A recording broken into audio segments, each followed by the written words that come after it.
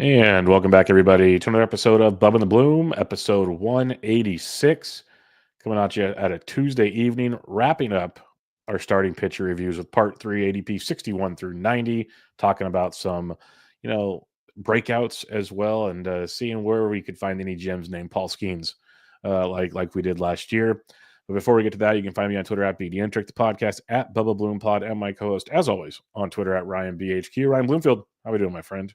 Doing pretty good, man. Had a 3-day weekend, which usually is good. And happy belated Veterans Day out there to everyone. But it was a rainy 3-day weekend with two little kids in the house, and it was Tuesday. Today was it was nice and quiet and silent, and I worked, so it wasn't that bad. So I'm refreshed and I'm doing well. How are you doing? Good. See, people think I can be kind of sarcastic and rude at times, which I can be, but sometimes not rude, sarcastic for sure. I was watching the news, the weather, because that's what I do. Weather affects my job a lot, so I watch it pretty much daily, and I saw this front coming into the northwest of the map. Decided not to text Ryan and ask how his golf game was because I figured golf season's over now for Ryan. Yes. And I saw that because we got some rain on Monday, actually, about a half an inch, which is a lot for us this time of the year. Like, obviously nothing what you got, but I was watching the forecast. I saw like the big swell going up that way. And I'm like, oh boy, Ryan's going to be bummed out here. It's a rainy season coming his way. We did the old faithfuls, the winter spots in Oregon, the indoor trampoline park, the indoor playground, all those stops along the way. So beautiful. It was good. Yep. Well, good. Yep. We're rolling here. We got starting pitchers coming at you tonight.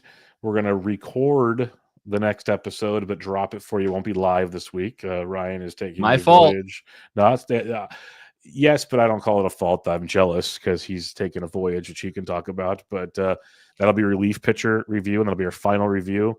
You'll get that dropping for you guys on Thursday.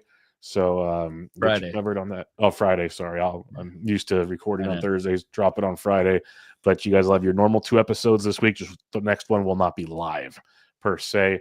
I'll let Ryan elaborate if he wants to, but after that, we're gonna start moving our angles towards 2025, folks. So it's about that time of the year. Yeah, excited for right. So this week is kind of the end of our 2024 look backs and wrap ups. I know you're drafting already. I'm itching to kind of turn the page. But yes, Thursday I am off to Atlanta, Georgia, randomly to go see Tennessee take on the Georgia Bulldogs on Saturday. Very jealous. My best friend and I from college, my college roommate, we make it a point. We both almost 40 now, both have 2 kids, so it's hard to keep in touch. We make it a point to go to one college football game together every year. So this is where we picked, and so flying out Thursday, no show, live show. It will drop on Friday morning when I am somewhere in downtown Atlanta or Buckhead, somewhere.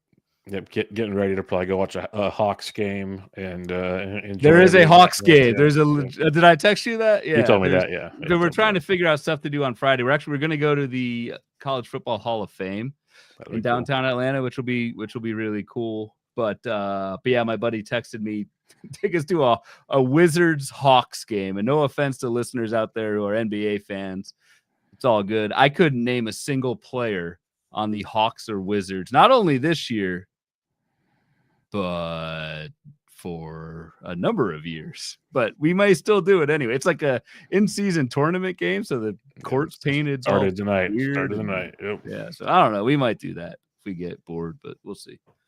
Yep. Either way, you'll have a great time. College football, there's nothing like it. Not to mention 2 top 8 SEC schools. Like, you're in for, as you know, but for listeners, he's in for quite the evening. Game day in town. Ryan's gonna have some fun. Yeah. So jealous. Can't wait to hear about that next week when we start talking 2025, seeing where that all goes. But we're here to get you going on the final starting pitchers. Again, 61 through 90.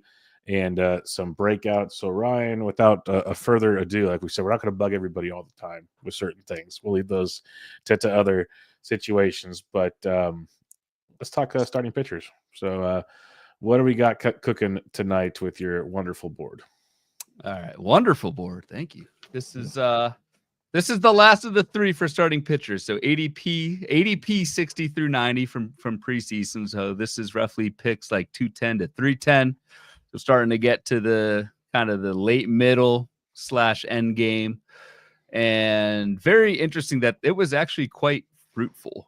We talked a little bit how like 40 through 60 last week was pretty bad. There were a number of pretty good breakouts. We got a couple of good listener questions. We'll kind of weave these in throughout, but were there any common themes and whatnot? That's kind of the among those breakouts. That's kind of the point to why we look back at these. Is there any kind of common theme or takeaway we can use as we start to prep to 2025? But yeah, this is basically the same concept as previous shows. We've got our preseason ADP and then the end of season ranks with the color coded stats. And there's good amount of Oregon Duck green. Like not that much rare steak red. I mean, there is for 60 through 90, but it's not what I expected.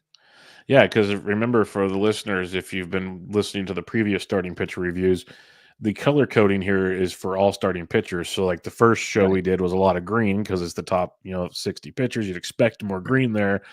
The second we had 31 through 60, a lot more rare steak red on that one. Not a whole lot of green. There was a few, but not a ton. Like you said, a lot more at least green to Oregon Duck green, like light green to Oregon Duck green here. Well, it could be Oregon Duck depending on what weekend it is. And it all pans out for you on this one. So it'll be fun to see where we go here. And we'll kick things off with the lefty that came over in a trade at the deadline and continued to deal for the Houston Astros. That's you say, we all say, Kikuchi. He finished 64th at the position with an ADP of 213, 4.05 ERA, 1.2 WHIP. Doesn't sound that appetizing, but 206 strikeouts in 175 and 2/3 innings pitched. And if you look at the underlying metrics, dude was pretty lights out this season. Like almost reinvented himself, even though he was like probably better statistically, at least from ratio standpoints in 2023. As an overall fantasy pitcher, probably better in 2024. So when you look at Kikuchi, going to be a free agent. That'll be fun to speculate on going forward. But what's your thoughts here? He finished 64th at the position, 61st off the board.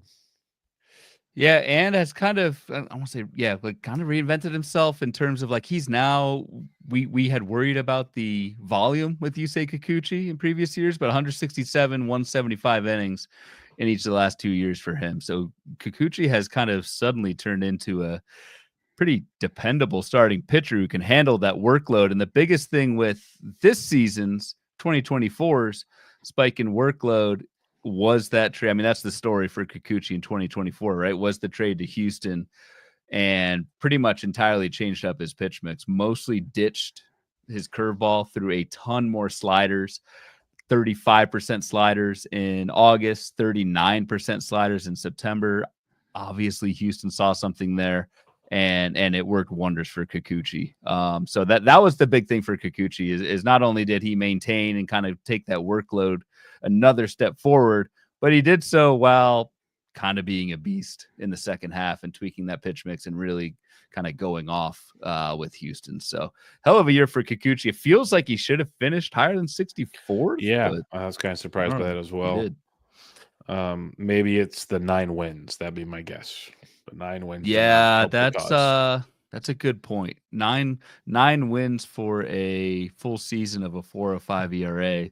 You'd kind of think you'd get a few more than that. So that's probably it. And really on the season, the ratios were kind of league average. It was just that the strikeouts were so good for Kikuchi. But you look at that second half, and again, not to nitpick, but you take those second half skills with that new pitch mix. Who knows with the new team or wherever he signs, what carries forward. But this was a really good, I'd say, borderline SP2 down the stretch for Houston. Yeah, if you like Kikuchi, you're kind of hoping he signs with the Astros because just they did magic with him. Like, just come home, come back to where you were, and let's have some fun with you. So we'll see. Because the biggest thing with Kikuchi for years was like you could see the skill from time to time, but the walks were always such an issue with him, and he gave up the long ball a little too often. And so it's kind of one of those, which pitcher are you going to get? And like you said, it got better in 2023 and 2024, especially once he went to Houston, was just a game changer. So that was a totally fun transition for Kikuchi and helped a ton of fantasy teams down the stretch. We've got Michael, real quick. Michael in the chat. Second half, Kikuchi was 7th in baseball, strikeout minus walk rate, and had a 107 whip. So yeah, he was maybe SP2 is selling him short for how good he was down the stretch. Yeah, he was automatic. Like you just locked him in, didn't look back. He had like maybe I top of my head one bad start. So with the Astros, it was pretty solid from August 1st onward. All right, Garrett Cole started the season on the IL, so it dropped him down to an ADP of 227, the 62nd pitcher off the board, and shocker, finished 63rd at the position.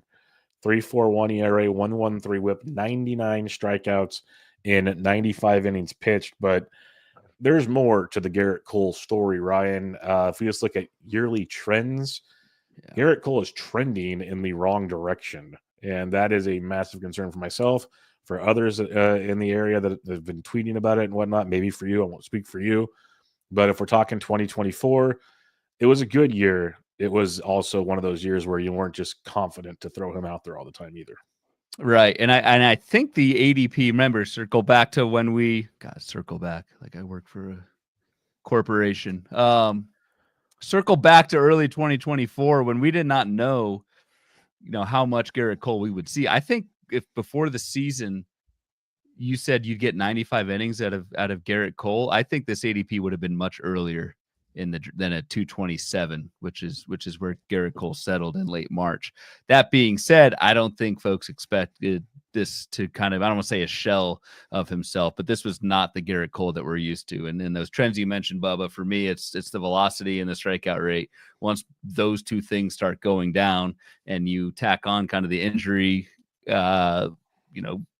injuries behind it, it's a problem, right? Garrett Cole, the swinging strike for Cole down from 14 to 12, down to 11. The strikeout rate the last 4 years, 34, 32, 27, and then 25%. That's barely above league average. So, and Garrett Cole is not a chipper chicken anymore. So it's just hard to see once these pitchers with a lot of miles on an arm like Garrett Cole has, it's hard to kind of reverse that ship. So a decent year for Garrett Cole, but man, it's ugly if those strikeouts don't come back. Yeah, that's the conundrum. If those strikeouts aren't there, if he's not dominating, we got big boy problems. Now, his last start in the World Series was very good. The 5th inning, not his fault. So he looked really good there, but the starts up to that in the postseason still weren't like dominant at all. So he could have covered first. That was his fault, yes. But in reality, it shouldn't have come to that. They should have been out of the inning already before that ground ball took place. All right, the 63rd pitcher off the board, ADP 229, Gavin Stone finished 62nd at the position, pitched great. He's not pitching in 2025, though, because he had shoulder surgery and is out for the season, but solid 2024 campaign. Yeah, solid year. I would argue there was a good amount of good fortune. Had a pretty low BABIP and a pretty high left on base rate, 80%, when league average on that's like 72. So that tends to kind of even out. But yeah, good year for Gavin Stone, but not much we can really take away. The changeup for that guy was awesome and threw it 27% of the time. So that was good. But yeah, we and if we're also talking takeaways outside of just Gavin Stone, like the elephant in the room here is the LA rotation, right? Yep. Like this was just another LA starter who could not, and hey, they won the World Series, but for fantasy, it's like, man, these guys were freaking landmines in the second half. They're already talking 6-man rotation next year. Yeah, to limit workload. Yeah, to limit workload. How long do you think that lasts? Well, that's what I made the comment to somebody. They're like, "Oh yeah," I'm like, "Yeah." Everyone says that until week 3 when you've already lost a pitcher and have nowhere else to go. Like the Dodgers were throwing bullpen games, so let's just be real about the 6-man rotation here. That's not even just a Dodgers thing. Nobody can hold a 6. Yeah, as I said, everyone. Like, it's just so. There'll be at least 5 or 6 teams that come into spring training, so they're gonna have a 6-man rotation. And has anybody seen one succeed for more than a month? Like, no, it never does. So I don't foresee that happening in LA. That's for darn sure. But we'll see. Time will tell. It makes sense with the injury histories they have, but I don't know. All right, this one will be fun because this is one of your boys. Nick Lodolo, ADP 232, drafted 64th at the position, finished 89th. Lodolo had a 4.76 ERA on the year with a 1.2 WHIP and 122 Ks and 115 innings because he just could not stay on the mound. He could not. I mean, he kind of could. 115 innings isn't. Yeah, he had a window where he was pitching. He had that weird. I mean, more than half the season is a pretty wide window, I'd say. Dude, you're a Lodolo hater. I can already tell. You're like smiling that he sucked. No, I love the skill sets of him, but the injuries just are bonkers with this man. Yeah. And the injury stuff was really weird with Nick Lodolo because remember entering the season, it was like, I mean, I want to say, I'm getting old. My memory is whatever. Want to say like as close to 2 or 3 weeks before opening day, it was like this guy could not pitch. Like his legs were all messed up. The same injury that ended the previous season was still not healed. Yes. The leg injury, and he still went out there and did 115 innings that I would argue were actually pretty good. You mentioned the 4.76 ERA, the Sierra, which is our skills ERA kind of estimator of choice, was a full run lower, 3.78. Pretty good K- walk, 17%. That's not elite, but that's pretty solid. It was a lot of BABIP and strand rate stuff. But again, this is someone who does pitch Lodolo in Great American Small Park, as you like to call it. So you do wonder, like, is this just going to be a thing with him while he's pitching there? But I'm back in again on Lodolo next year. It's just it was a pretty rough year, and I don't know. Yeah, you're happy. No, I don't never want to see anybody get hurt. I'm just more like, it's more chuckling at just the weirdness of the situation. That's the best way I'll put it. It was just a conundrum. The skills are very good with Nick Lodolo. I will not deny that at all. But it's just the curveball is like a thing of beauty. I love watching that thing. Yeah, any lefty with a nice curveball, I'm a fan of. So we're good in that regard. All right, the 65th pitcher off the board, ADP at 235, finished 97th at the position, and this feels odd that he finished 97th, but the whip could do something to this. Is Mackenzie Gore, 3.90 ERA, 142 whip. That'll crush you with 181 strikeouts and 166 innings. And it's weird. He was so good to start the year, and then it just kind of unraveled on Mackenzie Gore. But then you look at the underlying metrics, you're still like, dang, he was still pretty good. Like, we got something we could work with here. He just couldn't put it all together, and the whip just crushed him when all things are said and done. The whip crushed him, but the whip is who he is. It looks like that's who he is. So, I mean, we say 142. It was 140 the year before that, 147 in 2022. So that's kind of what you're getting with Mackenzie Gore. The walk rate's not like terrible, but it's certainly below average. The big storyline for me with Mackenzie Gore, like I thought, like, he actually was elite in September. He had 28 innings, 35 strikeouts to 10 walks, a 1.26 ERA, and a 0.8 whip. Like, this thing did unravel in the second half, and I had Mackenzie Gore in tout wars, and I was like, well, here we go again, because Mackenzie Gore, throughout his entire career, A, has not been able to stay healthy for an entire season, and B, if he did get deep into the second half, it completely unraveled. And it looked like that was what was going to happen again in 2024. I don't know where the September surge came from, because June through August were god awful, but he legitimately looked pretty good in September. I don't even think I was starting him in tout worse for a lot of that September, because I had given up on him. So kudos to folks who kind of righted the ship there. You did have some tough months, but was kind of random, but encouraging to see a strong September finish from Mackenzie Gore. Yeah, it's really tilting because like March, April, and May ratios were solid. Like, literally for March, April, and May, he had a total of 17 walks and 72 strikeouts. Yep. And like 60 innings, roughly. And then June and July got destroyed. August got a little better, like palatable. And like you mentioned, September was just domination yet again. So in reality, he had like 3.5 good months and 2.5 rough months, which to me, if I got to look at like the bright side here, a dude's 25, and we've seen improvements every season. Now the whip we have not seen improve. We've seen ratios improve. We've seen like he went the longest. He's 166 innings is the most starts of his career, so on and so forth. Could he make a pitch mix change? There's a lot of what ifs when it comes to Mackenzie Gore. I think we can all agree the skills are there with Mackenzie Gore, and he just feels like one of these years he's going to put it together. I could be just overly optimistic. Like Uncle Ted says, DJ Hers. I'm a huge DJ Hers fan. We talked about that. I think you even are somewhat interested in DJ Hers. I won't speak for you, but we've mentioned his skill set looks very good as well. teammates, should I say? So maybe they can figure something out together. But like, I wouldn't just write Mackenzie Gore off as type thing, because just the way and then like the way he finished was, I think, the most important part of the season for a young pitcher. He kept it, like he showed a change, and I haven't dug into it at all. And maybe your numbers will show it if you do a board or whatever. Maybe he made a big pitch mix change for the final month of the year. I don't know. Like, there could be something to that, but yeah, I think there's more to it, but it is weird the ratios are. But remember a guy that the ratios are bad for forever until things clicked. Maybe a new ballpark helped. Luis Castillo used to be golden for like a 1.3 or 1.4 ERA, no matter what he did, like no matter what.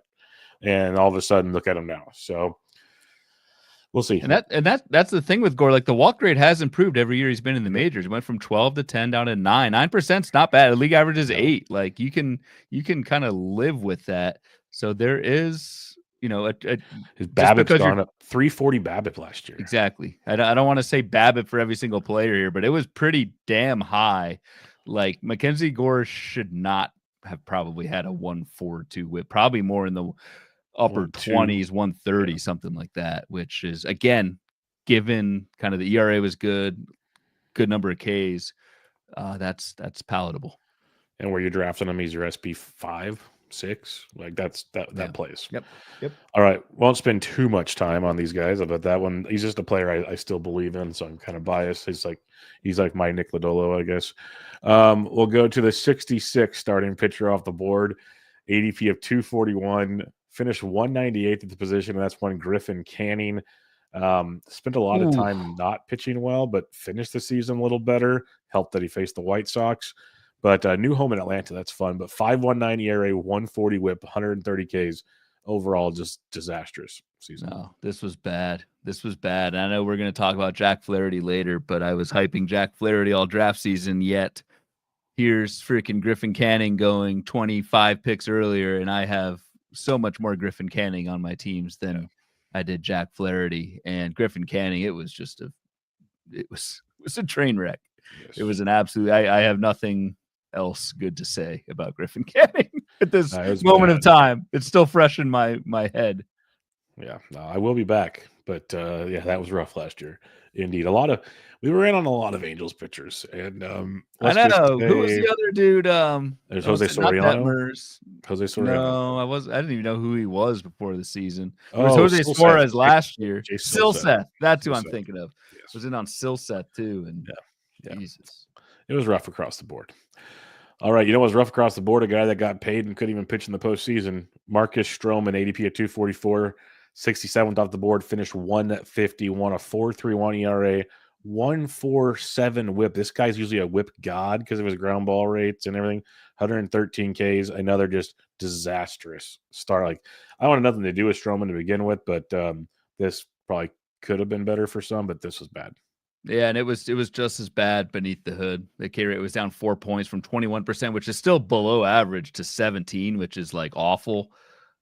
Did not miss any bats, like one of the lowest swinging strike rates of any starting pitcher last year. And I think probably most importantly with Marcus Stroman, we think of him as this like elite ground ball rate guy. Not last year. 49%. Last year, which is still like well above average. But if you're Marcus Stroman and pitching to contact and doing all that, that ground ball rate needs to be Framber Valdez-esque. Exactly. It needs to be Valdesian to make that work. And Marcus Stroman, man, this was a major step back for Stroman from a skills perspective. Yeah, I'm curious to see if he gets like DFA'd by the Yankees or something, because if he can't pitch in the postseason and all this stuff, and he got no options, like they got no room at the end. He's got a pretty big deal, doesn't he? No, he only got like 8 or 9 mil. He didn't. Let me double check. It wasn't. It was a friendly deal because I think everyone was kind of out on Marcus. No, I was wrong. He was 2 for 37, so about 18.5 mil a year. That's pretty good. That's pretty good. Never mind. It's no Jordan Montgomery, but it's pretty good. So yes, he might be. Yeah, but if you're getting comped to Jordan Montgomery already, that's a bad thing too. Yeah, and he has a 2026 vesting option if he's over 140 innings pitched. I don't think he's getting there this year. Just gonna throw that out there to everybody. At least not with the Yankees. All right, the next one off the board is enticing. Gavin Williams, ADP of 247, 68th pitcher off the board, finished 144 with a 4.86 ERA, 137 WHIP, and 79 Ks and a whopping 76 innings pitched. Missed a lot of the season due to injury. Came back and he had a couple good starts, more bad starts than good, obviously. I don't know, though. I'm kind of a sucker here. 24 years old, be 25 next year, and I think there's still a lot of skill in that arm.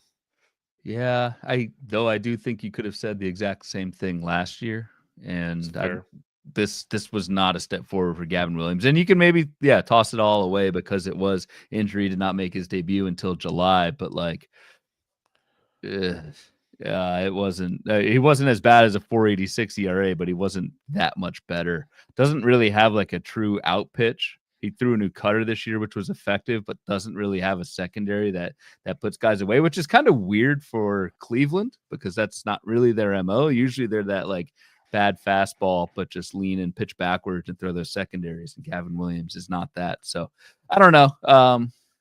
I just feel like Gavin Williams, you're drafting hope, and we haven't really seen much from Gavin Williams on the field in his admittedly small MLB sample. Yep, that is the problem. Small MLB sample. A pitcher that threw very well this last season before getting hurt and making a little appearance in the postseason was Reese Olson. 256 ADP, 69th pitcher off the board.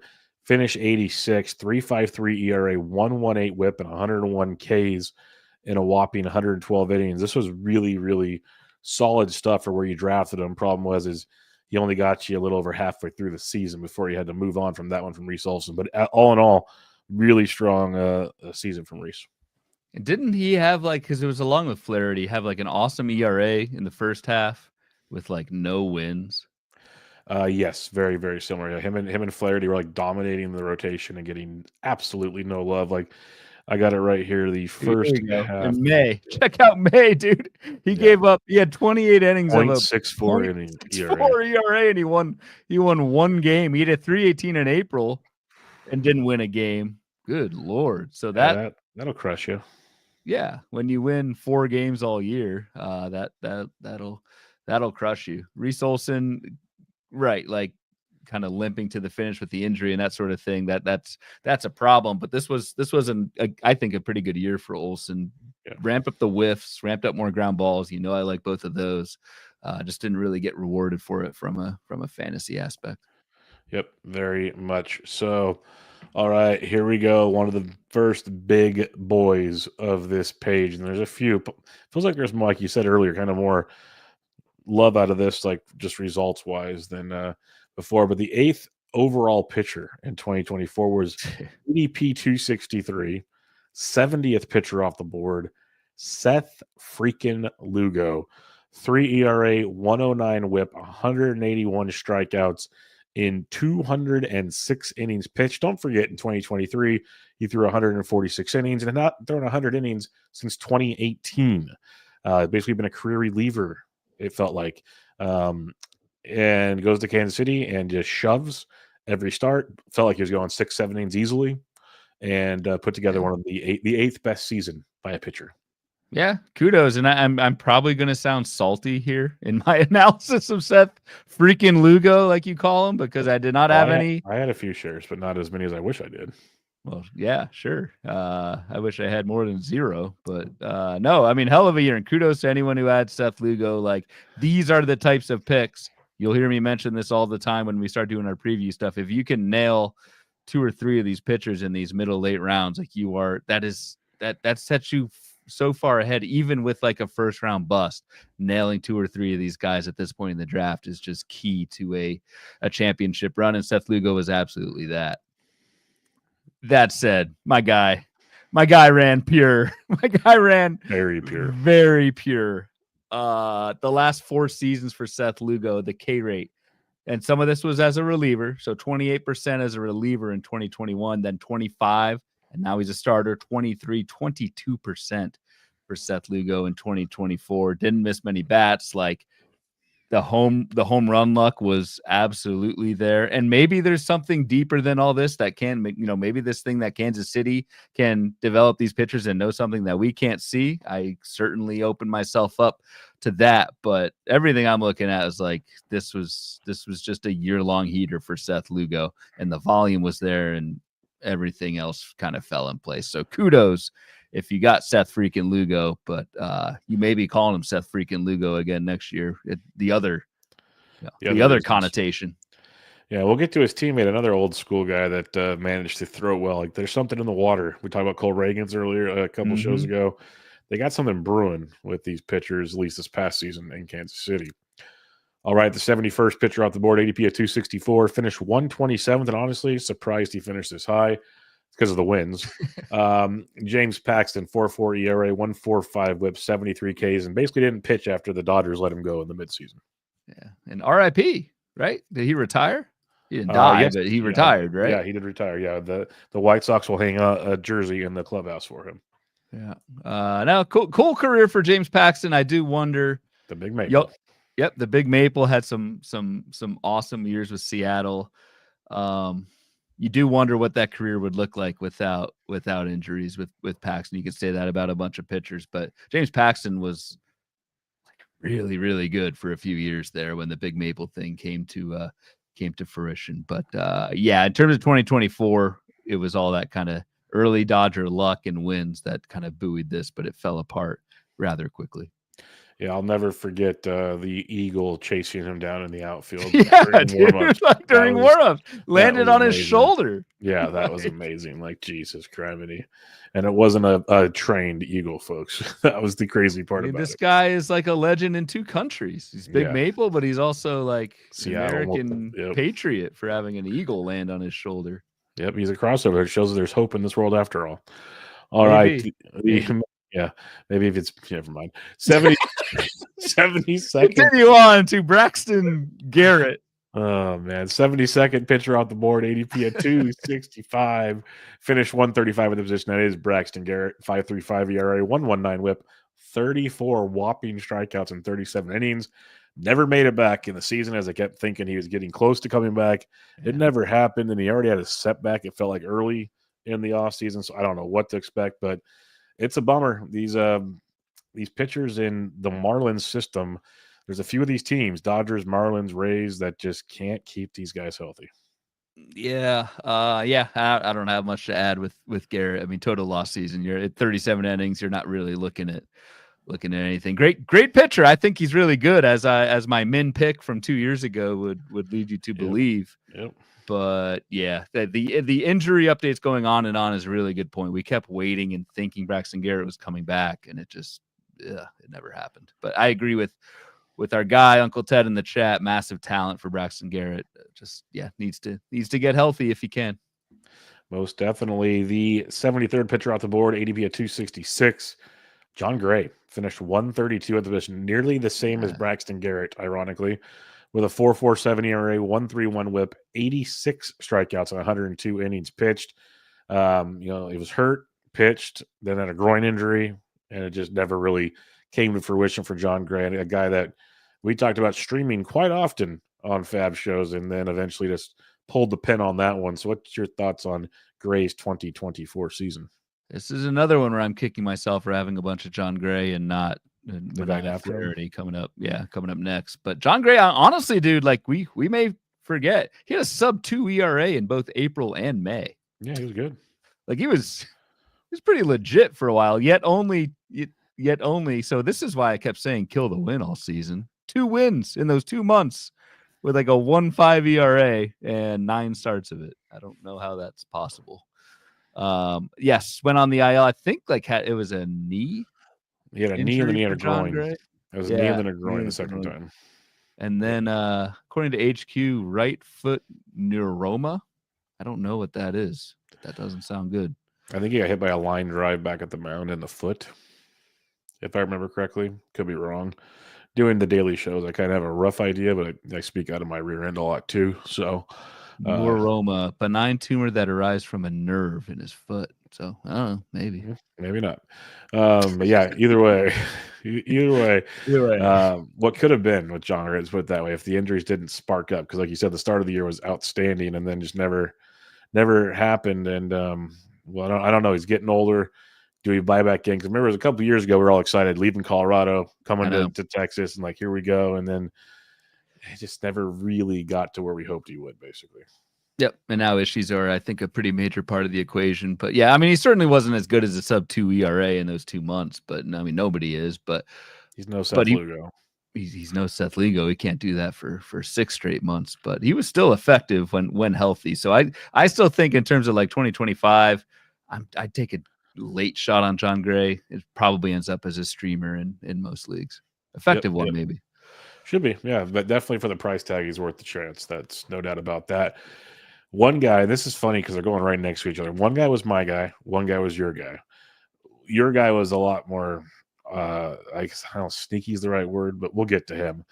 Sean Manaea, my guy, ADP at 267, the 74th pitcher off the board, finished 21st at the position, 3.47 ERA, 108 whip, 184 strikeouts, and 181 innings pitched.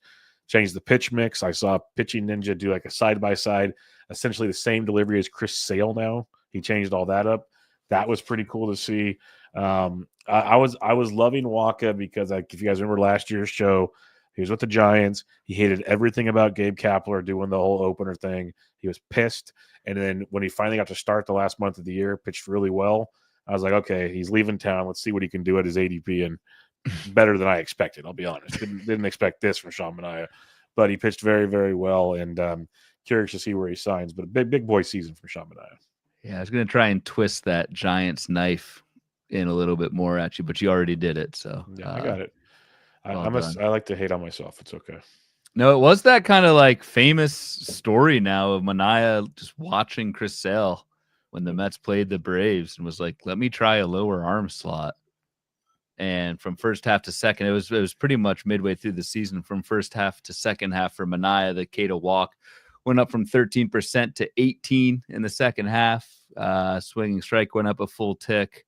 So a very nice finish for Sean Manaea, who by the end of the season was like was just rolling and part of that Mets surge in September. So yes, also very interested where he lands, and obviously he picked up a new skill just by watching someone, and that's what makes pitching so freaking hard, man. That's why I say, like, when pitchers can reinvent themselves and change so quickly, Sean Manaea, I think, is like a perfect example of that. And from a projection standpoint, like, how the hell do we deal with that? How could we have projected that Manaea just randomly tries to he watches Chris Sale one day and then randomly tries to lower his arm slot and instantly becomes like a top 20 starting pitcher? It's what makes this game maddening, fun. Insert adjective here. I guess it's one of those, and most of these guys, if they're pitching in the bigs, had a great skill set to get to the bigs. Sure. Let's not forget, like, Manaea was one of these studs for Oakland for years, and they just kind of like fell apart. And so figuring out a new way to reinvent himself, again, not to this level, most likely, but to reinvent himself to be a serviceable pitcher, maybe we should have given him a little more credit in that regard, like as something to think about. And that's kind of, I guess, where I keep going with Mackenzie Gore. Like, this dude was a top prospect. Like, he's got skills, so on and so forth. Where you look at Seth Lugo, like he was a reliever. Like, what in the world went on with that? So it's just kind of a yin and a yang. Like you said, in the end, they're all supposed to be really good pitchers. So how do we decide who figures it out and who doesn't? But with Manaea, if you at least take a step back, the dude was an ace for Oakland. And then just the wheels fell off. Like, he went full freaking carrot top hair. Everything went out the window, and then figured it out again. Right. So. That's how you taught me the Book of Samson. Yeah, no, that was DeGrom. No, that was it? Oh, maybe it was Manaea. I thought it was DeGrom. Either way. I learned something from you. So that was... And the facts, folks. Here's a little FPAS one-on-one for you. Where are we going with this? Ryan's father, Rod, is very disappointed that his son did not know about the story of Samson. And I was going to say, it wasn't just me, folks. The entire table knew what I was talking about. Ryan was alone on this one. So, yeah. Fair enough. All right. Now your guy. Same ADP as Sean Manaea, 267, 75th pitcher off the board. Finished 12th at the position, and I've given you plenty of hat tips on this because I gave you so much crap when you first brought him up. on the preview shows last year, but by the end of my drafting, I had a handful of shares because I believed what you were saying. This is Jack Flaherty. If you guys didn't know, went to high school with Lucas Giolito and Max Fried. So he's got that going for him. But a 3.17 ERA, 107 whip, slightly better than Sean Manaea. 194 strikeouts, 162 innings pitched, 13 wins, nearly all with the Dodgers because he couldn't get one with the Tigers. But outstanding season from Jack Flaherty. And yeah, that's kudos to you for that one. Why, thank you. I was almost laughed off the podcast from what I recall. It was starting pitcher preview part 3 when I unveiled Flaherty as my guy. I honestly did not think he'd do this. Like, what the hell? This was like vintage Jack Flaherty from 2018, 2019 when he was first coming up with St. Louis, and Rick looked really good. The thing that got me on Flaherty was really his second half of 2023. There was a pretty big velocity uptick and the slider started to look really good. Took the slider up even further of a notch in 2024. Curveball stayed really good. Fastball stayed good. He held that velocity increase all season long, which again, I don't want to say that's, that there might be a little bit of luck there. A lot of times that velocity increase can lead to an injury, and that's been a big thing with Jack Flaherty throughout his career. But no, awesome season for Jack Flaherty, and one that is pretty much fully supported by the skills. You've got a 3.17 ERA, 3.10 SIERA. You had a strikeout minus walk of 24%, which is one of the best you'll see among starting pitching. You saw a major increase in swinging strike from 10 to 13% for Jack Flaherty, and the ball rate went down from 39, which is pretty bad, to 36%, which is league average. So he threw more strikes, he got more whiffs, and everything else kind of followed suit. So awesome year for Jack Flaherty. I do think it kind of comes back a little bit next year, but I'll take my victory lap on that one. Yeah, no, the walks are always an issue with Flaherty. Got that under control, and the results followed. So big one for you on that one. And if we wrap up the 61 through 75, you got 3 pitchers in the top 20 essentially. If you count Manaea's 21st, that's pretty good this late in the draft. Yeah. Let's go. Yeah. Yep. It was kind of boom or bust. There were a lot of bad ones: Canning, Stroman, Gavin Williams, Garrett, Paxton, Gray. But there were those 3 that were pretty damn solid. As we go 76 through 90, there's actually a lot better ones over here if you just think overall production, not like top-end production, but just boom for your buck on this one. And this one was not, though. The 76th pitcher off the board, ADP at 272, Trevor Rogers. We just cannot get Trevor Rogers to work. 4.92 ERA, 158 whip, and 97 Ks over 124 innings. Dude was 2-11 through 25 starts. Like, man, again, another frustrating Miami Marlins pitcher. Absolutely, and I'm afraid Trevor Rogers is just kind of broken. Yeah, obviously Baltimore. There was hay made about that trade with Miami at the deadline, and Baltimore could not fix Trevor Rogers, at least yet. Maybe they still see something develop into something next year. I think the biggest thing with Trevor Rogers, in addition to all the injury history that he has, is the fastball. The fastball velocity is now down to 91.9, and you just can't. He can't be a good pitcher at that velocity. So that needs to get back up and stay back up for a prolonged period of time. And it certainly didn't happen in 2024. And it just makes it even worse that the 2 guys picked ahead of Trevor Rogers, and hell, even the couple guys after him, were so much better than him in 2024. That's the salt in the wound. Yep, most definitely. Speaking of guys better than him, the 77th pitcher off the board, ADP of 280, Zach Lytle. Finished 73rd at the position, 3.63 ERA, 1.25 whip, and 141 Ks and 156 innings. Very, very solid stuff from Lionel. The part that always kind of bugged me was just getting him to go deep enough to even have a chance to pick up a win.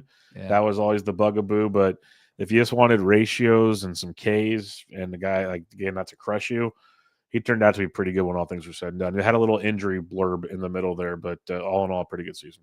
And that might explain. So Zach Lytle, if we're looking at K- walk by month, was elite in April and May, 22 and 20% in April and May, and then had a midseason swoon. It was 11, 14, and then 11% in June, July, August. It was brutal. And again, maybe injury kind of drove that, but rebounded nicely. September, I remember the September for Lytle.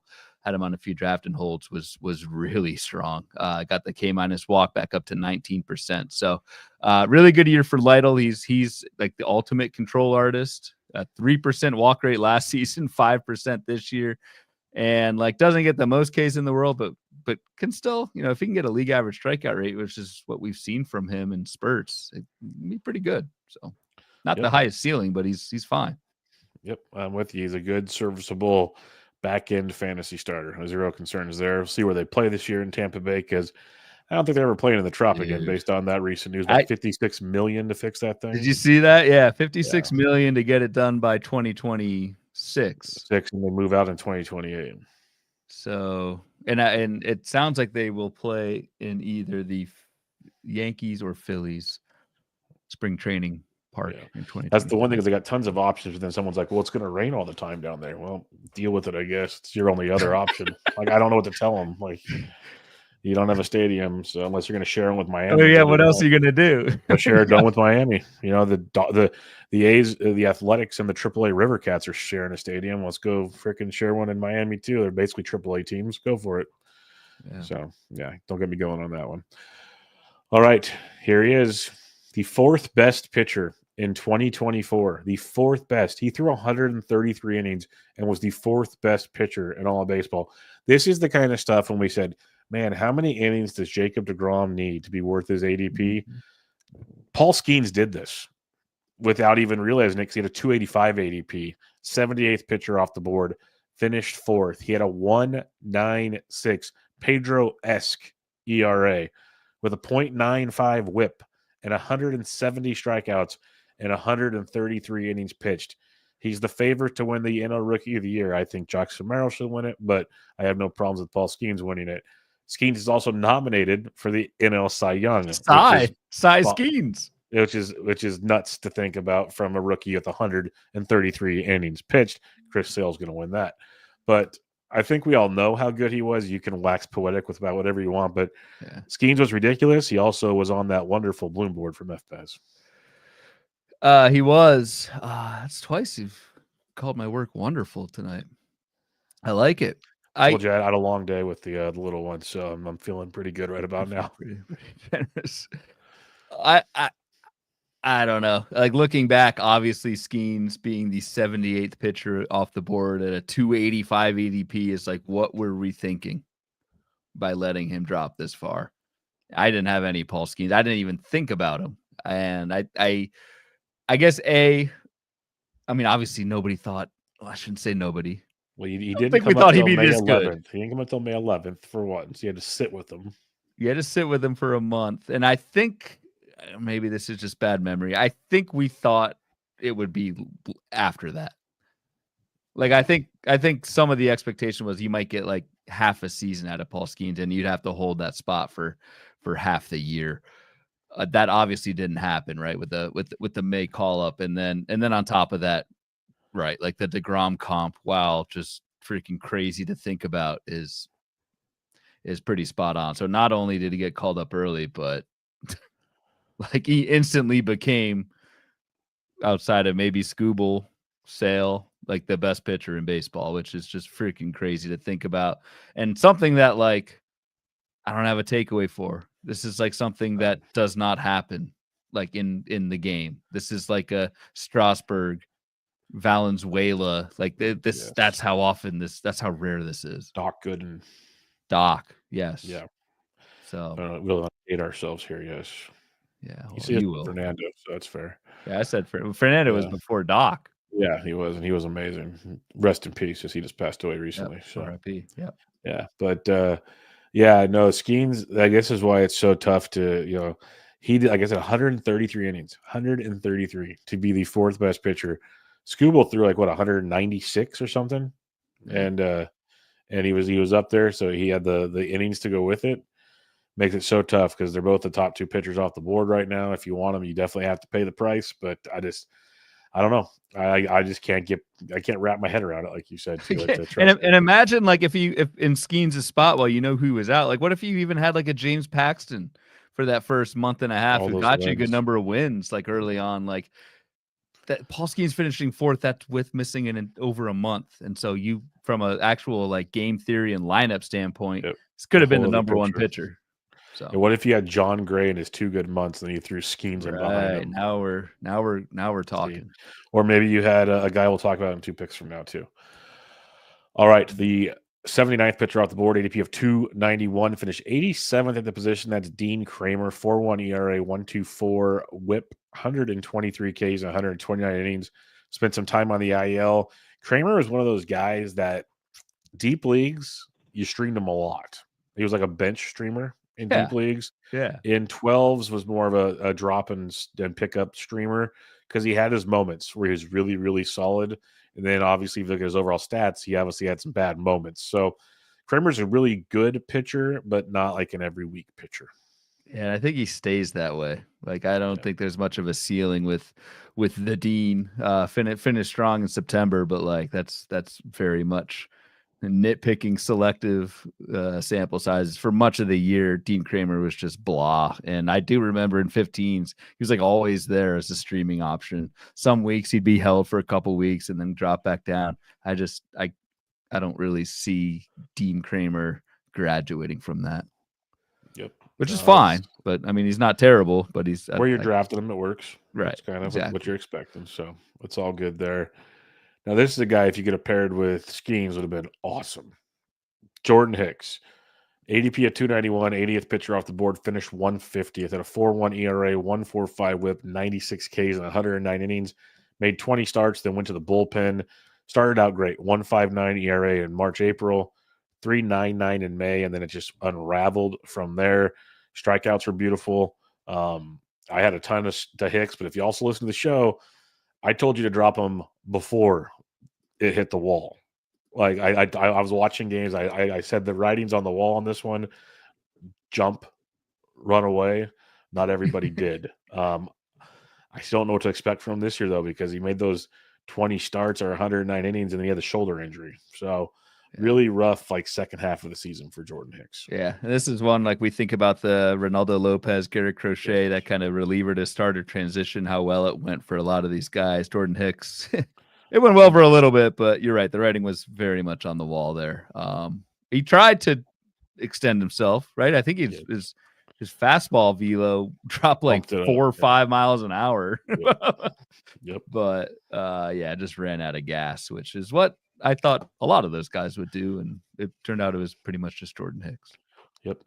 The 81st pitcher off the board, ADP of 292, finished 155th at that position. Frankie Montas, 4.84 ERA, 1.37 WHIP, 148 Ks, and 150 innings. Got traded to Milwaukee and kind of had a new lease on life. It felt like, at least in August, and it kind of blew up again in September. But his first month with the Brewers, Frankie Montas looked pretty good. Yeah, I guess. I don't think Frankie Montas is that good. You hate man. Frankie Montas. I know. I don't know why. I don't hate him, but I'm sure he's a good dude. But I don't know. He's blah. He's a 155th pitcher. It's not good. Somebody needs. We draft a lot of pitchers, so you kind of need an else kid. It's making it up as I go now. It is. It's bad. It's bad. It's fine. God, be nice. The 82nd pitcher off the board, ADP of 294. Chris Paddock finished 153. He finished hurt. He's looking good there for a little bit, and then it just boom with the dynamite for Chris Paddock as well. Yep, agreed. Don't have too much to add on that one. All right, now a fun one here, a guy that I had pitching a lot towards the end of the season, Michael Wacha, 83rd pitcher off the board, 295 ADP, finished 36th at the position. The ageless wonder had a 3.35 ERA, a 1.19 WHIP, and a 1.45 strikeouts in 166 innings, made 29 starts. Just freaking awesome stuff there for like the third straight season of just being a stud pitcher that we like to clown on because the strikeouts aren't there, which is fair. If you want to talk ratios and just giving you a chance to get wins, 13 wins, 14 wins, 11 wins in the last 3 seasons. Wacha's been outstanding for where you draft him each and every year. Yeah, I almost kind of want to do a bloom board of starting pitchers with like 120 innings in each of the last 3 seasons, a sub 120 WHIP and a sub 350 ERA. Like, I'm sure there's a good amount, but like Michael Wacha being one of them is like, damn, he would stand out. That's pretty I think consistently elite company, and and then you add the win totals, like you said, on top of that. I don't know how Michael Wacha is doing this. Again, going back to my Seth Lugo thing, maybe I'm sure Kansas City knows something I don't. But no, another awesome season for Michael Wacha, who has now been doing this for 3 years in a row, which is pretty wild to think about. Yes, indeed. Ranger Suarez, 84th pitcher off the board, 2.98 ERA, 44th pitcher this season. So we got a couple very nice values with Wacha and then Suarez. Ranger at a 3.46 ERA, 1.2 WHIP, 145 strikeouts, and 150 innings. Had an injury towards the end of the season, but there was a stretch there where Ranger was as automatic as it came, just shutting dudes down. Almost, he had a Kikuchi run, but Kikuchi kept it going where Ranger got hurt. Yeah, and actually, I mean, Ranger, this is at least partially true. He was the number. That's good. We have partial truth on this show. The rest of it you got to figure out on your own. Your boy McAfee's guest today is. I saw those numbers tweets. Out there. I saw those tweets everywhere. Oh boy. But Rangers. This isn't Blue Sky. You can say his name. Okay. Aaron Rodgers is out here quoting fictitious fake Twitter stats. He got. Yes, he did. So this may be partially true, but through a good chunk of the first half, Ranger Suarez was the number one starting pitcher in 2024. Fair. The start was so good for Ranger Suarez, and I don't think we realized how much it unraveled for Ranger Suarez. So a 2.27 ERA, 0.99 WHIP in the first half for Ranger. That went to 6.04 and 166 in the second half for Ranger Suarez. Missed a month with lower back soreness, so you obviously wonder, was he right? But Ranger Suarez, you want to talk about a tale of two halves, like the best pitcher in baseball for the first half and then one of the worst in the second half. So it always goes back to that question of like, how long did you hold on to Ranger, or at least start him until you finally realize like, oh, this isn't the same guy anymore. That speed at which you make that decision could have changed things for you. Yeah, no doubt about it. The 85th pitcher off the board, ADP of 300. Casey Mize finished 176th. And the Tigers didn't even bring him back for 2025. So he's a free agent right now. Once the top pick, I believe, in baseball. It's just unraveled for Casey Mize, injuries and poor production. Yep, pretty much. Though I actually kind of like Casey Mize for 2025. I think he's a pretty good dart throw. Had a hamstring injury that pretty much cost him all of July and August. Bring him to the Giants. He'd be fine in the Giants. I'm fine with it. Like, they want to quote unquote save money, so come on down. Yeah. No, disappointing year for Mize, but I think there's still something there. Yeah, there's always something. I tell myself that every time I wake up in the morning. Andrew Abbott. You kind of knock your head. There's something in there. There's something there as the back hurts and the hip hurts and the knees hurt. Yeah, there's something there. Andrew Abbott, the 86 pitcher off the board, ADP of 302, finished 79th. So I guess in the end worked out, but 3.72, 1.3 WHIP, 114 Ks, 138 innings. Pitches to so much contact and scares the crap out of me in Great America. Even though he seems to pitch just fine at home, I can't get behind it at all. Yeah, he does seem to pitch fine at home, but you're right. It's a lot of contact and not many ground balls, which is not a formula for success in Andrew Abbott's home park. Yeah. Hunter Green got away with it this year, too. Maybe they used a different humidor or something this year. How did he finish 79th? That's, I guess, a 3.72 ERA is pretty. ERA is good, so good, he was serviceable. I just never would have started him to save my life. Yeah. And here's the man of the bottom part of this hour, Reynaldo Lopez, 87th pitcher off the board, ADP of 304, finished 18th at the position. And check this, Oregon Duck Green, 1.99 ERA. 1.11 WHIP, 148 Ks, and 135 innings pitched.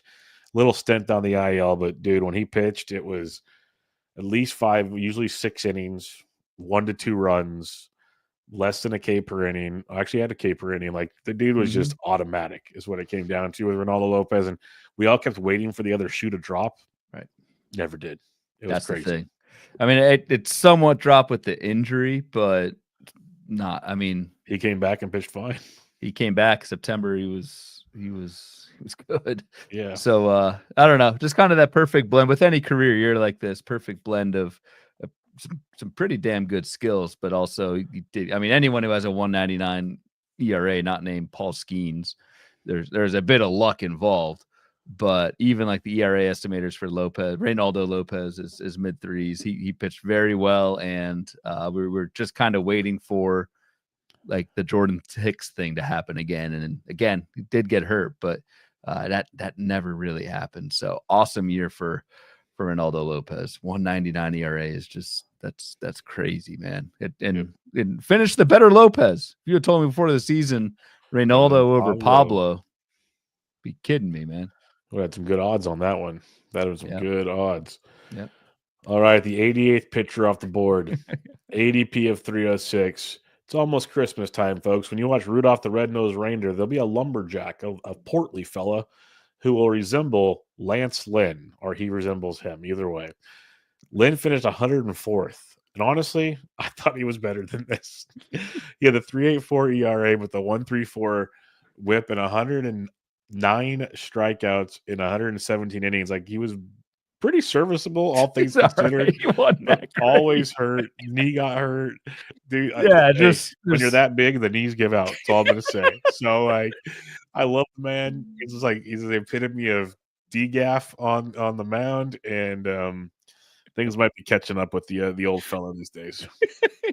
just sweating it out too. Oh, man, humidity with those jerseys. Oh, it's glorious. I mean, Lance Lynn was like the poster boy for the 2024 MLB uniform. Yes. Because God, I don't think we're gonna see those uniforms again. Thank God. Not.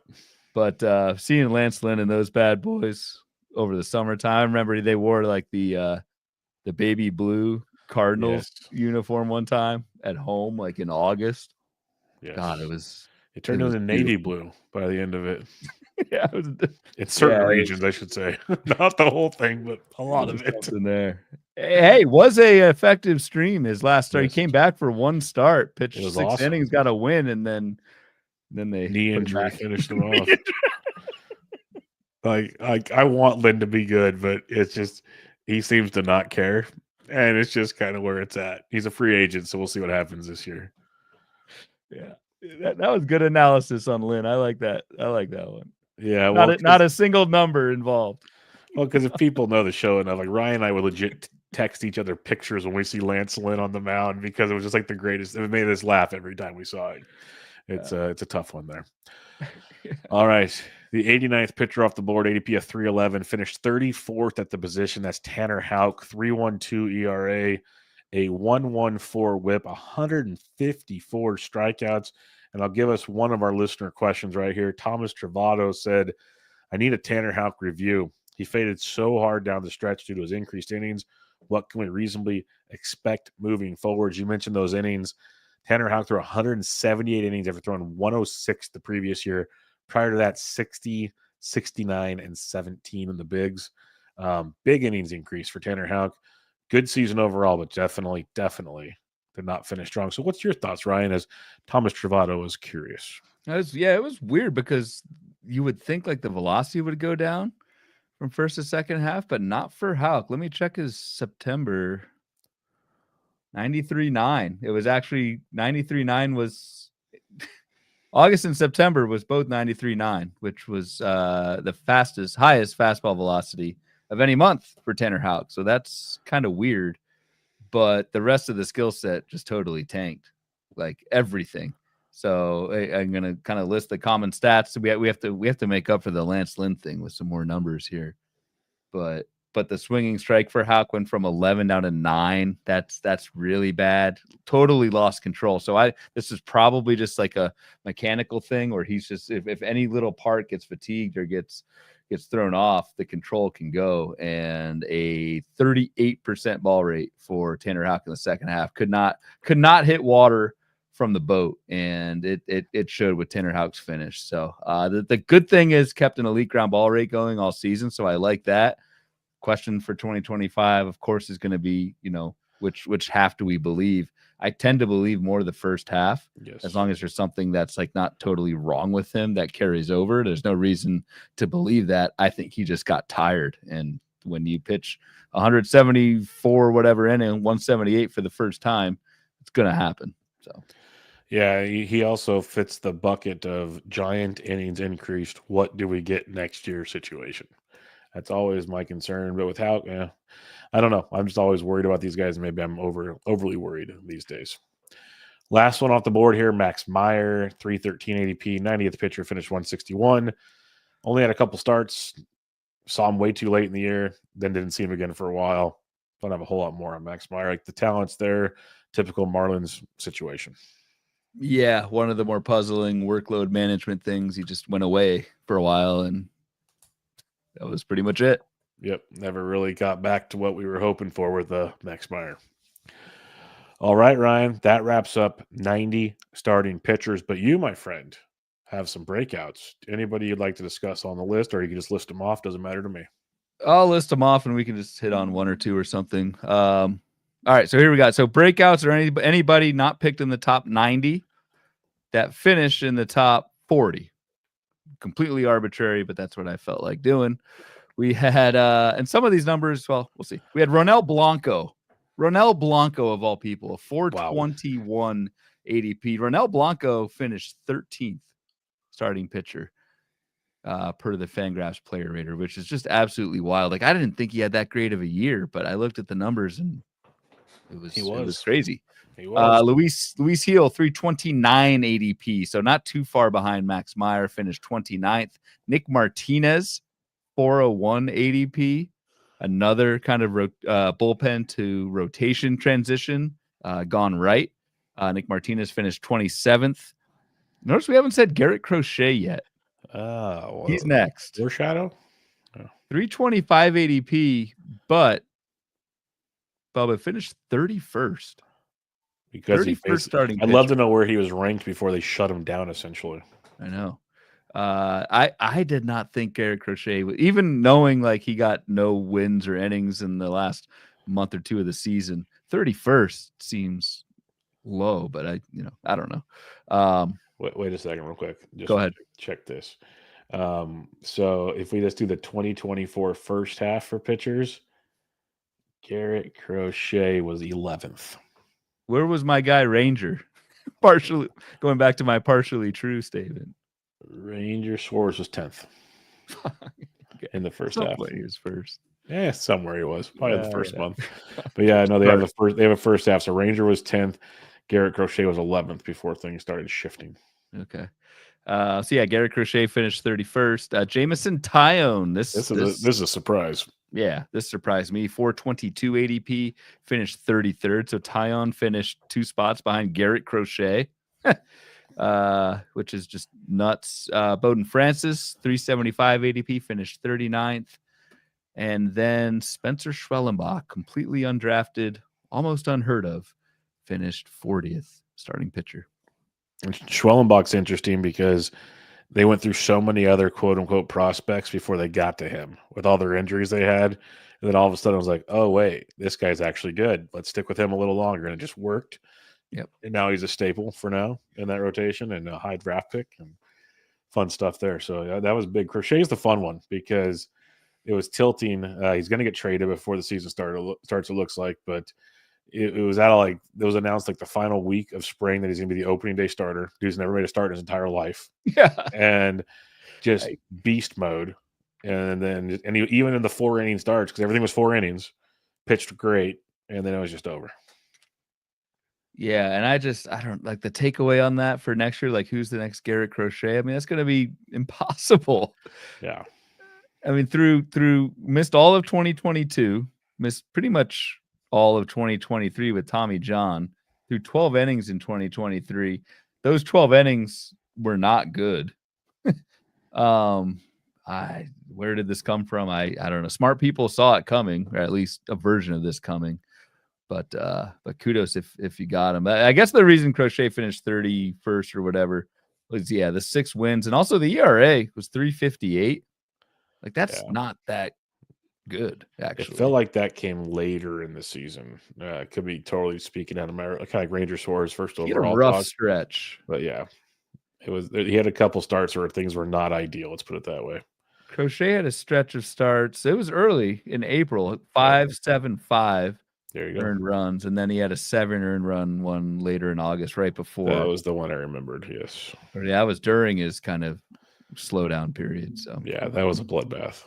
So yeah, Crochet's awesome. Nick Martinez actually, I didn't think he was that good, but everyone's been raving about him. He finished 27th, so that stands out in a big way to me. They offered him that qualifying offer with the Reds, so he's probably going to jump all over that, I'd imagine, at 21 mil. Could be wrong, but I'd imagine he jumps all over that. But 142 innings. It just wasn't the strikeouts, though. Like, 17.2% K to walks, fine. It's like a 7 K per 9, so he wasn't like blowing the doors off of things. And started the year in the bullpen. Wasn't even like a guy that used to be a reliever, started the season as a starter. He transitioned like mid-season, which really, I think, threw a lot of things off. But his overall rank, he's still at 10 wins. 142 innings, though, with only 16 starts is pretty strong. That's a different way to kind of get you ready to start full-time in the next season. The opposite of the Garrett Crochet method. So that's kind of fun, too. Jamison Tyone, just because I did not even know he was good this year.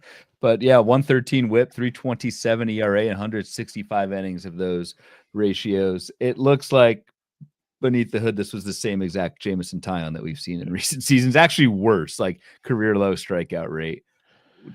Tyon, to me, like I wrote him up last year on my Substack for late round DC guys. So stuff you'll see at the Bubba and the Balloon Patreon this year if you were to sign up.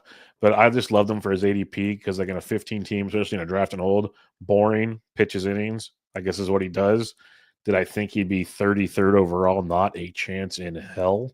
But it's just he rarely gets just destroyed for like multiple starts. Like he's just going to kind of hang around and do his thing and quality start you to death, basically.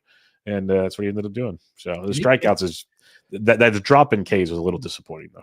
Yeah, that's something you can do. I mean, the walk rate that can do. Town's always been a control artist. That you can pitch deep into games doing that, but it's just when you allow a lot of contact, you're just very much at the whims of the pitching gods. Sometimes they're friendly, sometimes they're not. And then the one guy I'll mention, Bowden Francis, I have no idea what to do with him this year. Just gonna throw No, that out I there. know, me neither, dude. I have zero clue That guy, because I mean, he still pisses me off too much Yeah. for me to even think about him. because like the under the hood stuff looked like he should have been getting hit all over the ballpark, and he I think still we did. both Like screened him the first one go around.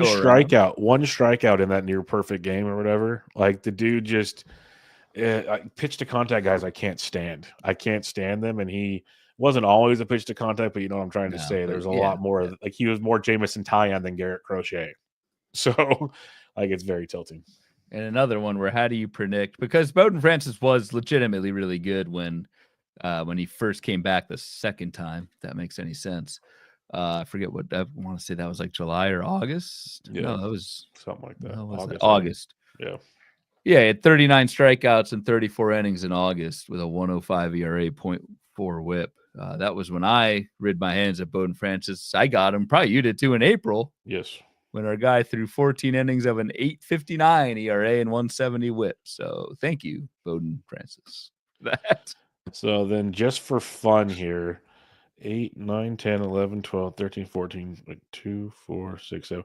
So if you count the 7 breakouts and then the 61 through 90, there was 15 pitchers after pitch 61 that finished in the top 44.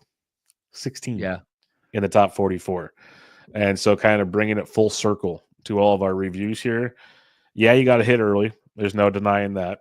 But like Ryan said, even on this show, is you somehow grab one of these guys, not so much the Paul Skenes, because I think that was just an out of this world experience, but the Manaeas, the Flahertys, you could say Lugo. I think it's kind of a weird, like you get those kind of guys that just are automatic starts here.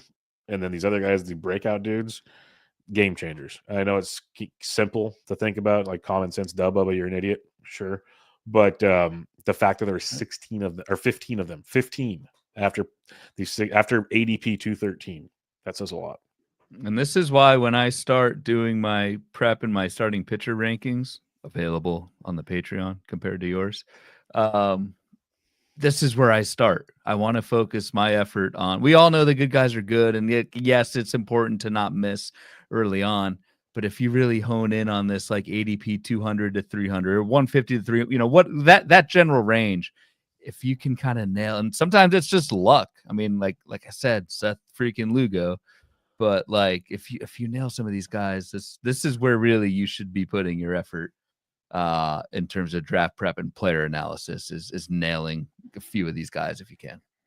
If you can, that's where the Flaherty of yours came in a big way. And if you can figure these ones out, you're good to go. And just looking at early drafts, there's a lot of fun later picks to kind of decipher, which will be fun when we do our preview show in a month or so on these ones to kind of get a feel for it. But it's not that far away. It'll be January, but not that far away when all things are said and done. Yeah. All right, let's do a couple listener questions, then we'll head out of here on a Tuesday evening. We got Dish 12. That's a new one. Good to have him on the show here. Outside of Skenes, any commonalities between the handful of guys who drastically overperformed Lugo, Flaherty, Manaea, Lopez, Houck? Was there like a notable pitch mix change, pitching coach philosophy, just new environment, opportunity? Honestly, if you look at all of these guys except Houck, it's all new places. I'll say that much. Not saying that's the reason, but we've already talked multiple times how a new philosophy and a new location can do that. And Houck, I don't know if they got a new pitching coach or not, but he'd be the only one. That was certainly a role change. So that's an interesting point. That's one that I had not thought of. Maybe we do take a deeper dive into pitchers that have changed teams entering 2025 and see if there's something that, like, just from a pitch mix standpoint can be optimized. So that makes a ton of sense. You did have with Reynaldo Lopez and Tanner Houck, you had the reliever to starter transition, which Jordan Hicks was part of that, but we just mentioned Nick Martinez as well. Yep. That's something I think and obviously Garrett Crochet. I could forget him. That's something I'm going to be a little bit more lenient on if a pitcher doesn't have rounds. Exactly. If a pitcher doesn't have like a season over 80 innings, but he's a good reliever and they want to go to they're moving to the rotation, I don't think that's a demerit against them based on what we saw this year. So, and Michael Cicchini says, in Boston got the driveline guy, new pitching coordinators this year. So there you go. Yeah. Could be new philosophies for all those teams, new teams, new situation for Houck. But and it makes sense taking more chances at this part of the draft too. We talk about it all the time. Most of these guys are dropping or streaming. Most of these guys don't stick anyways. So you're moving on type situations. Take your chances. The counter, yes, I agree with you. The counter if they stick, it's awesome. What if you took boring old Seth Lugo? Well, then if he sticks, it's awesome. You roll with it. So, I'm not saying you don't do it. I'm saying in general, if you want to take chances, this is the time to do it. Yeah. To your point about the innings thing. Yep, absolutely. I'll just say, we talked about Flaherty, but I'm a big second half, first half pitcher split person. If there's a pitch mix change or a bump in velocity, Flaherty check those boxes as well. So that was the big driver for me with Flaherty this season. So. All right, Thomas Travado says, how cool was SP depth for dart throws in 2024? Yeah, I mentioned 15 guys after ADP 213. That's pretty impressive there. What did we miss from these guys in 2023 that could have predicted this success? A lot of role changes. We've talked about that. Yeah, it's kind of a similar question, I believe, if I'm understanding the two correctly. But yeah. Yep, just deeper dive into new faces, new places type thing. Let's see where it goes there. Or, you had Francis, who was a young gun. Spencer Schwellenbach wasn't even on the radar. So on and so, like Luis Eel was a rookie. Blanco, I don't think anybody expected that. I don't know how you could have predicted the Blanco one.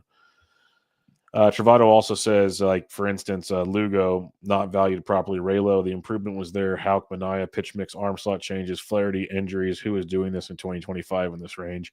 We'll tell you more in January.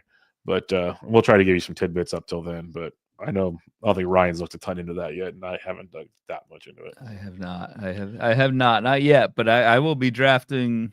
I still say December. I'm going to hold off, I think, till December. Maybe next week. Oh, yeah. Well, that's right. Maybe next week.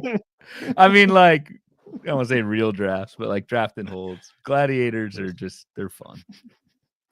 You Damn, yeah, you got me. the draft Yeah. board. Dust off the draft board, Bloomfield. You're welcome. I'm a bad influence, my friend. Bad influence for you. Yeah. So yeah, did you announce that at the beginning of the show? No. That was all off the air. We're working on that. Nothing's finalized yet, but the goal sometime next week. But if you're in the Patreon, you'll find out right away. Just throwing that out there to you in the Discord. Yep.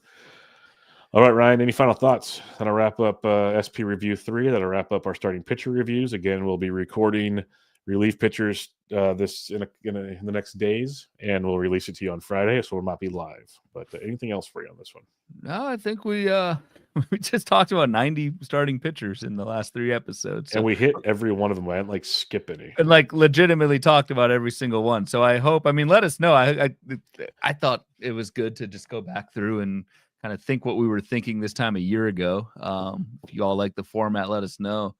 But it was a fun ride. It was a fun ride through all these. Yeah, we'll do closers. We'll do the same thing. We'll do top 30 closers. I'll make that board on Wednesday, and we'll talk about the closer pool to round it out for reviews on 2024. Yep, round out the reviews. And like I said, we'll get going with move on to 2025 starting next week. But we'll get all that covered for you. And I hope these have been helpful again.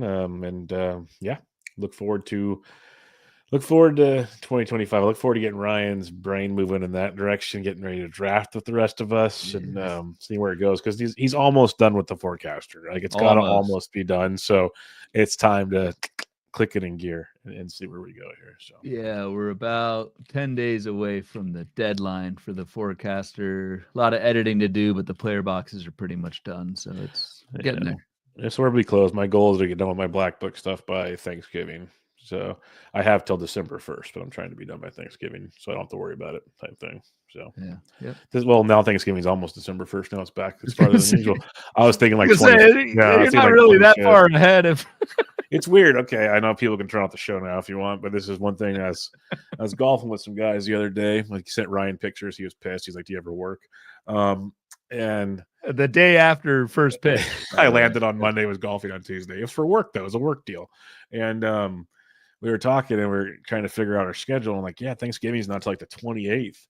And I don't know. I grew up always thinking it was always the third Thursday in November, but it's the fourth Thursday this year. So it's always the last Thursday, I guess. Is that what it is? It's the fourth Thursday.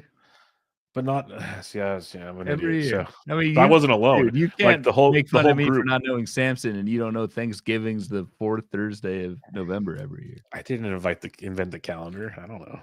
But hey, tell me when Easter is. Figure that one out, genius. That one I can't help you with. Sometimes it's in March, April. That I can't help you with. That one's crazy. But all right, I figured I'd go down a rabbit hole just for fun because, Kevin Hastings, Thanksgiving's only 3 days.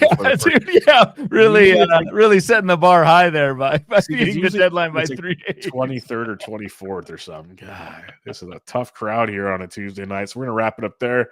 Thanks for listening, everybody. If you've stuck around this long, you're welcome. God help you. You're welcome.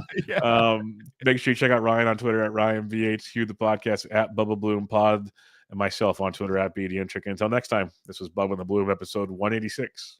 Catch you all later.